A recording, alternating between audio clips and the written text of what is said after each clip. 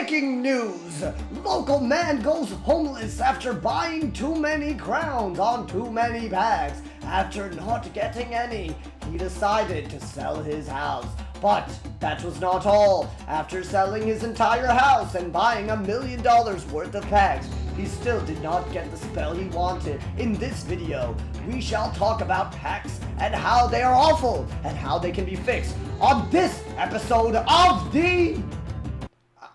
I still don't really have a name for this. If anybody has a name, that would be really great. This new segment thing, this thing like that I do. Please, please.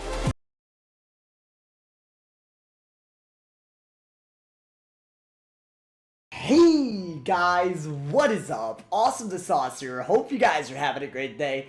And welcome to a video that I've been actually meaning to make for quite a couple of days now. And I finally found time for it. Oh, let's get it, my man. Today's video is a problem that has existed in Wizard101 for nearly a decade. I actually think for once this video isn't a call out on a company or a call out on the players. It's something that I feel like we just need in the game that would help everybody so that the game itself is a less frustrating experience. Now, if you guys are wondering what I'm talking about, a couple of days ago, I actually opened up nearly 300 packs of the new Grizzleheim lore pack. So basically, right, I did this, but I basically did it, let's just say 300 times. We don't even talk about how many crowns that was, but if you do the math out, you'll know that it's a lot. The worst part about this whole thing was I didn't get a single spell doing it, and also, like, it was someone who gifted me those crowns in hopes that I would get it. Here's the thing, there's a bright side to it. I have a ton of TCs of the new spells, so when it is craftable, I will be crafting it. But it really got me thinking that, like, you know, for someone like, let's say, they got money on Christmas or something, and they're like, oh boy, I am going to get a new spell for Christmas. Unfortunately, right now, the way packs are, I don't think that boy is getting that guaranteed spell for Christmas. So I thought that I would make a video talking about my best 3 ideas to fix the current pack problem in Wizard101. I think the first one is pretty obvious, and that is literally just publish the data on the drop rates in these packs. I'm in no position, you know, to call out anyone in King's Isle for making the drop rates on the packs lower at one point versus another. I have, however, heard stories of how people were getting spells before the pack was removed from the crown shop, and they were getting them at a smaller rate after they were put back into the crown shop. We're talking about the Grizzleheim lore pack. Now, the reason they took out the pack was to fix bugs with the TCs in it. And there's no actual evidence, you know, that I could just give to you to suggest that, you know, suddenly, you know, drop rates were being, like, suddenly, you know, tinkered with. I do think, though, if I were a person and my only goal were to make money off of the people playing this game, if I saw a huge spike in crown sales when the pack came out and I had the opportunity to remove it and just change a few values on it, I would definitely do it for money. As far as a money thing, that would be my dream come true. So I'm just saying it's within the realm of possibility.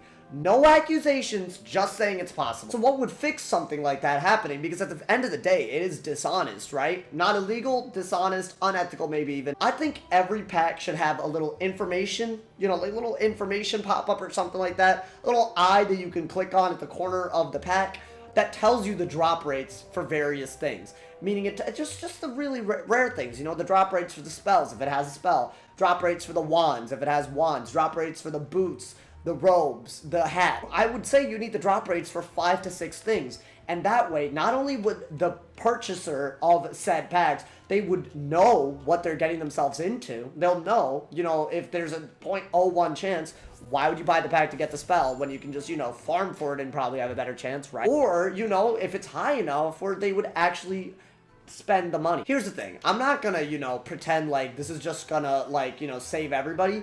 But I do think it adds a level of, like, you know, accountability so that the company isn't just doing things and the players are just being taken advantage of. I might be saying this now just because I didn't get any spells after, I believe, well over 100,000 crowns of purchases. Again, I'm not going to pretend I'm like, oh, I'm so salty.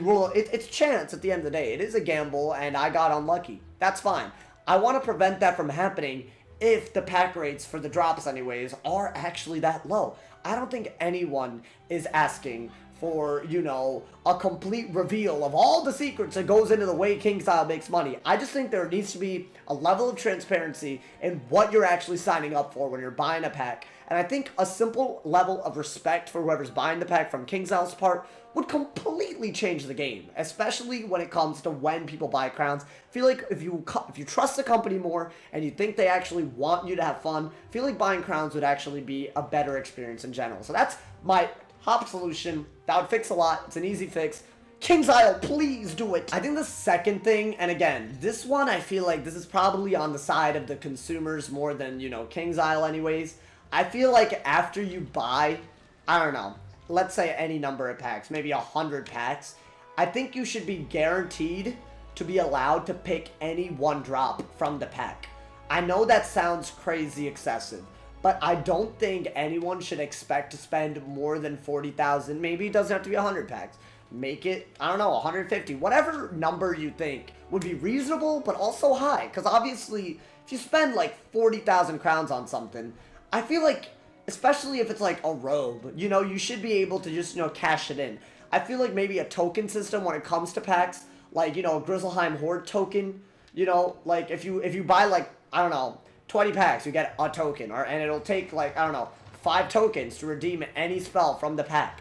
An idea like that would make pack buying much less frustrating, and because you could actually guarantee things from lore packs that are very, very hard to get, sure, maybe it'll reduce the number of people who are spending crazy amounts on packs because they'll stop buying it after a while. But what it would do probably is also increase the number of people who just view packs as a gamble to buy the packs. I don't know if this idea makes sense. I'm not even sure if it's really good from a business perspective, but I definitely think this is something they should explore. I don't know. Call me an optimist. I don't think KingStyle wants people to be extremely disappointed after buying a lot of crowns. I think the whole point is that it should be a reward. I think the final solution probably changes the least out of all of this, but I think whenever a new spell is out, immediately the crafting recipe should also be out. And I don't care if the pack is the only source of the TCs that you need for it, and I don't even care if you up the, you know, like for a new spell, like you can update the recipe later for fewer TCs, as they've done, by the way, before. But for newer spells, maybe make the TC, like, I don't know, more than 20 TC. So at the end of the day, if you buy a lot of packs, you'll get a lot of the TCs, right, that are only available from the pack, and then you have another non-crowns way of getting the spell. Again, I feel like this is a pretty common sense kind of thing. Maybe that would make them lose a little bit of money because instead of popping a bunch of packs, you're only popping until you get a certain number of TCs.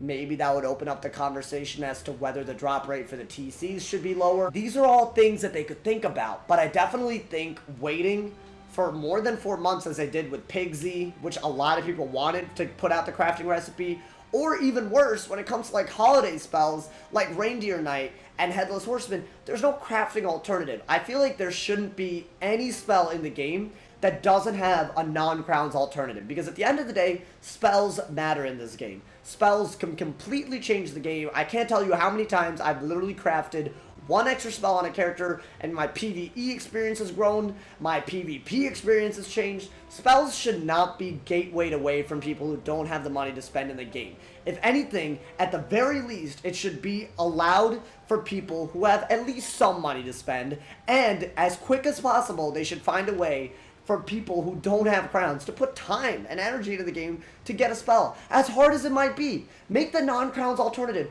extremely hard. Make it 30 Amber. I don't care. My goal here is to make it so that people don't feel like they have to pay money to win PvP matches or to even have a playable PvE experience. I think that's a really, really easy concept to get, and I don't see why I don't see why these 3 spells that are very game-changing have been added to the game without any crafting alternative. I'm not a fan of that. I hope the crafting recipes for these come out in at most like a month or 2. I don't want to wait 4 months for something that's already hard to craft anyway. But yeah, y'all, I just had to make this video after my experience, and I'm sure this is something that a lot of people have experienced. We need more transparency, we need more accessibility, and we 100% need something that doesn't punish you for buying crowns. There shouldn't be any possibility of that. That doesn't help the consumer, it doesn't help the company. This is something we can all agree on, and I definitely think Wizard101 should look into it. As always, guys, I love your opinions on these types of videos, so make sure to leave them in the comments below. Drop a like if you enjoyed, and leave a sub if you're new. And as always, there's tons of links in the description, including my Twitch, my Twitter, my Instagram, and my Discord. Make sure to mark your calendars for this Saturday. The Sauce and Staff Showdown is happening live at 2 p.m. Pacific Standard Time on this channel. There's tons of participants, tons of prizes, tons of cool things happening, so make sure to check that out. And as always, my mans, if somebody hasn't told you you're awesome today, they doing something wrong, so stay awesome, bruh. And yeah.